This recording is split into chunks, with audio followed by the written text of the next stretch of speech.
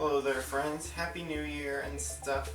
Hopefully the new year will be better for all of us than it was last year because obviously 2020 was not very good. I don't need to say that, everyone knows. The end of the year is always interesting for several reasons. One of those reasons being, well, we get a new year, see how different that is from the previous one, even though it probably won't be because it's just time. But of course you always have Christmas 1 week before the new year. I got this wonderful fluffy jacket for Christmas. It's probably my favorite thing someone gave me. It has like a double zipper. I don't know if you can see it, but I can zip up and then I can zip up again. I don't know why, but you can. Christmas is always an interesting time of the year for movie fans as well, because Christmas would be a really good time for people to head out to a theater to see whatever new family movie came out, because there's always at least one, except not this year for obvious reasons. Though honestly, thank goodness, I feel bad for all of the theater workers who have to work on Christmas every year. Pretty sucky. But we did still get a few movies that came out this Christmas. The biggest ones, at least the ones that I can think of, are, of course, Wonder Woman 1984, which I haven't seen, and also Robert Rodriguez's new superhero movie, We Can Be Heroes, which is not a sequel to Shark Boy and Lava Girl, they lied to you. But most importantly, especially for someone like me, who loves Pixar, Pete Docter's all-new movie Soul released on Christmas on Disney+, without any additional absurd fee to watch it like Mulan. I don't know why they thought that was a good idea. But now it's the new year, which means Soul is upon us, and I have now seen it twice since it came out. I guess I'll just jump right into talking about it now. I really love this movie. Pete Docter's track record of exclusively great movies continues. I remember when Soul was first announced, a lot of people were skeptical. I don't know why. That's just kind of a theme with Pixar nowadays. I think it's in part because Pixar trailers tends to not represent their movies very well at all. I actually avoided all of the trailers for Soul aside from the first teaser. And I'm very glad I did, because they did reveal a bit too much, in my opinion. But yeah, I don't think that the worry that a lot of people had for Soul ahead of its release was warranted. People just put an idea into their brain about what a movie is going to be like before they actually see it, even though you have no idea what it's going to be like. A lot of people were thinking, just because the character designs were small, orbular characters, that it was just going to be another Inside Out. Even though that's a really stupid comparison to make just from a character design perspective. In the same way, people thought that Coco would be a lot like The Book of Life, a movie that I feel like very few people have actually seen. And as it turns out, they are not similar at all, other than both having to do with the same holiday. In the same way, I don't think Soul is really that similar to Inside Out in the same way that people thought it would be, other than it does delve into deep concepts of human life that are very difficult to explain. It attempts to put their own spin on like what they mean and how it works and everything. Though obviously Soul gets a lot deeper than Inside Out by delving into what is our purpose on life as opposed to what makes us feel sad.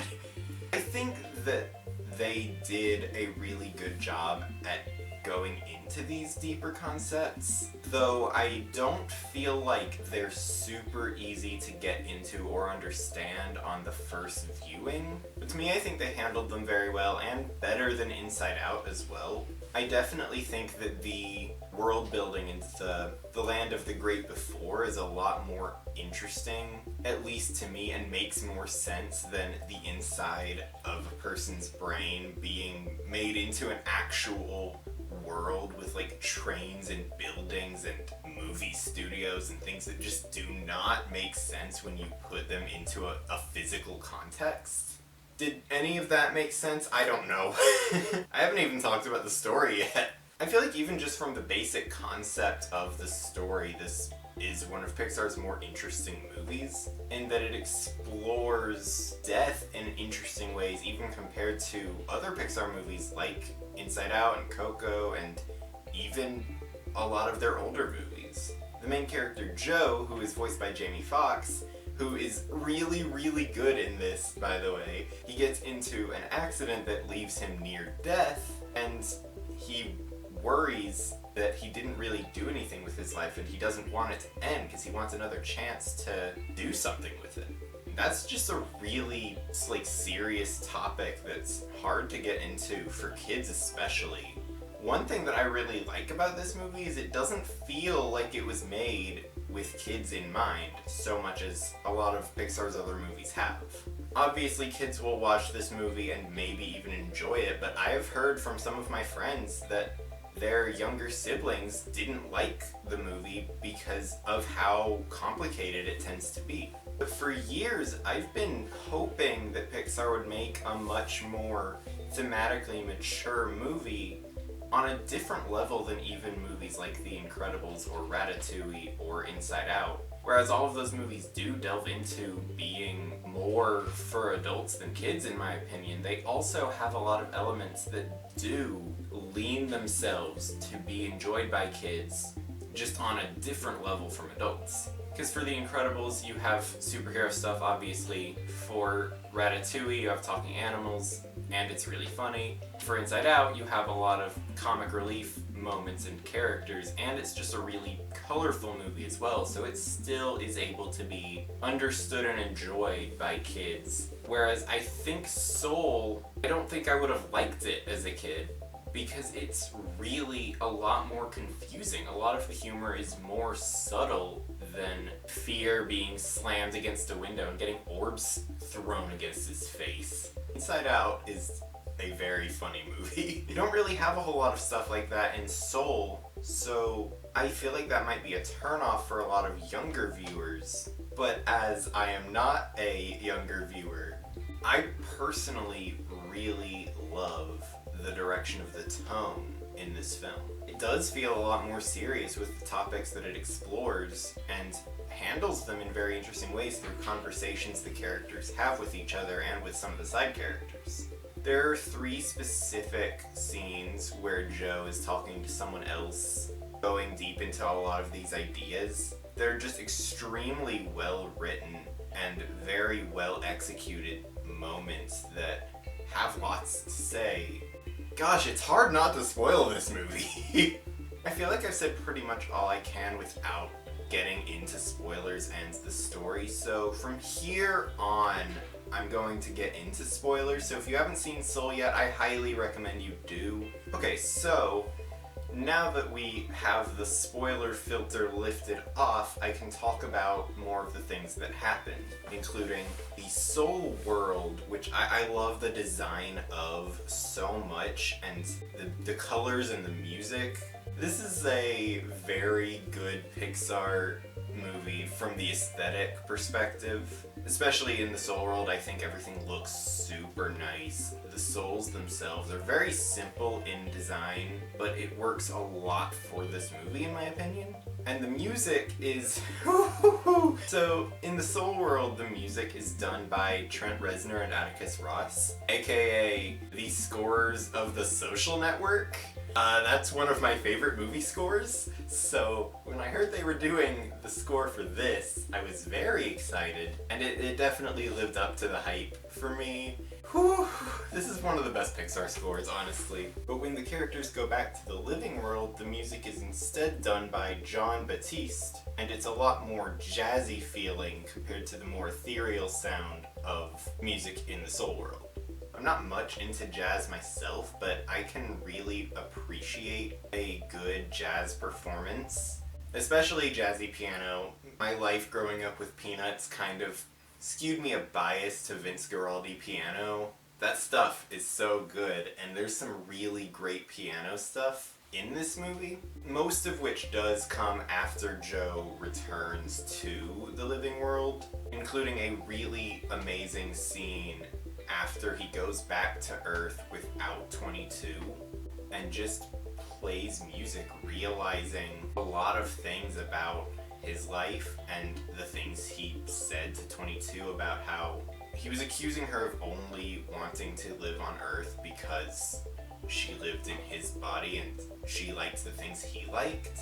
he's just obsessed with a single purpose and wanting to fulfill his one life goal, not really realizing that there's a lot more to life than just one specific thing you can strive for. As he's playing the piano and realizing this is one of my favorite scenes in the movie, because the music is amazing, the animation is very nice, and it just tells a great story. It is such an amazing emotional moment in a catalog of amazing emotional moments that Pixar has had for decades. And that's still not even my favorite scene in the movie. I was talking about the amazing written conversations that Joe has with other people and realizing different things that he hadn't really clicked with before. And I haven't gotten into exactly what happens, but I already said spoilers, so if you're here, you've seen the movie, I hope. So Joe accidentally ends up in a cat, and 22 accidentally ends up in his body.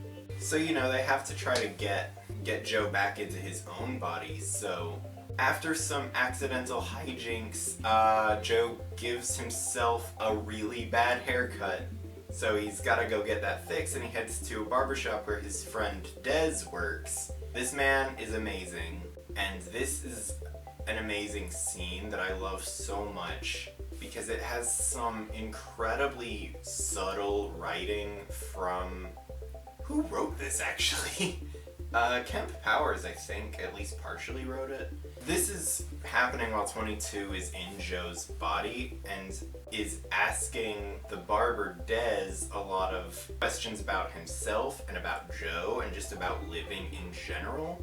And this kind of leads Joe to realize that you don't have just a single purpose on Earth, because Dez really wanted to be a veterinarian, but that's not how things worked out, and he ended up cutting hair and realized that that was what he loved doing. I'm not really giving justice to this scene, but it makes me want to watch the movie again.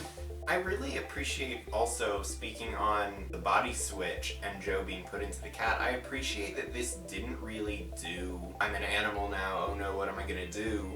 Didn't do that the same way that these kinds of things usually do, because one, Joe's actual body is still on screen, just being controlled by someone else. And two, this leads to a lot more character development, amazing character development for 22, who never wanted to go to Earth before, but now seeing how amazing it is, wants to just live there forever now. And it's a really great arc for this character that I really enjoyed and was worried was going to just be another annoying animated movie side character, especially being voiced by Tina Fey, who is a comedian.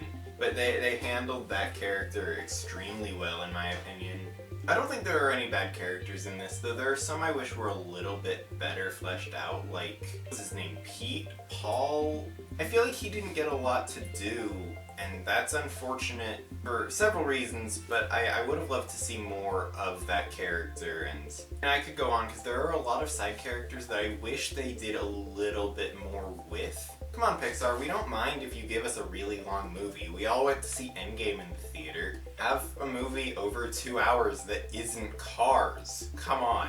Despite that, though, I do love the characters, and I think that the interactions with Joe and 22 in the spirit world, in the cat, and at the end are all really nice. It's a really good Pixar duo. There is a whole lot more to say about this movie that I am not really able to. This is definitely one of the most, if not the most, intellectual Pixar movies, which does lead to it being a little bit less accessible than the typical Pixar film, though I'm very okay with that. While I'm sure a lot of younger kids won't like this movie, I think it could be a situation like Ratatouille where everyone likes that movie, but when you watch it as an adult, you realize that there's a lot more to it than you initially thought. I don't think the movie is perfect, but I do think upon repeated viewings, I definitely think I can raise my score to a 10 out of 10, but at the moment I'm feeling a 9. This is definitely one of the better Pixar movies in a while, and while I was hoping that it would be on the same level as Pete Docter's Best, or even the same level as An Incredibles or a Wall-E, it isn't that, unfortunately. There is a lot of discussion on whether this movie should get a Best Picture nomination this year. I absolutely think that it should. I think that it will. Will it win? Probably not. There's a lot of really steep competition from other amazing movies. And speaking on that, I'm not gonna make a top 10 movies of the year video for 2020 like I did last year for a few reasons. One being my favorite movies of 2019 video is not accurate anymore. I have since that video seen a lot of the movies that I hadn't gotten to before making it, like Parasite and The Lighthouse and other amazing films that didn't get to be on that list because I hadn't seen them, but now absolutely would. And there's still a lot of 2020 movies that I haven't gotten to see and won't get to see for a few months. I don't want to make a video about it just because I know I wouldn't be happy with it after just a short amount of time. This is just a super solid year for film, and it wasn't immediately clear that it was until maybe 4 months ago or so. But 2020 was a really good year for film, and I think Soul definitely stands up there as one of the best. On that note, my question of the day will be, what's your favorite movie of 2020? Man, I'm tired. This jacket is really cozy. Let me know your pick for favorite movies of the year in the comments, and also let me know what you felt about Soul. I hope you saw it if you watched all the way to the end. So until next time, I will see you next time.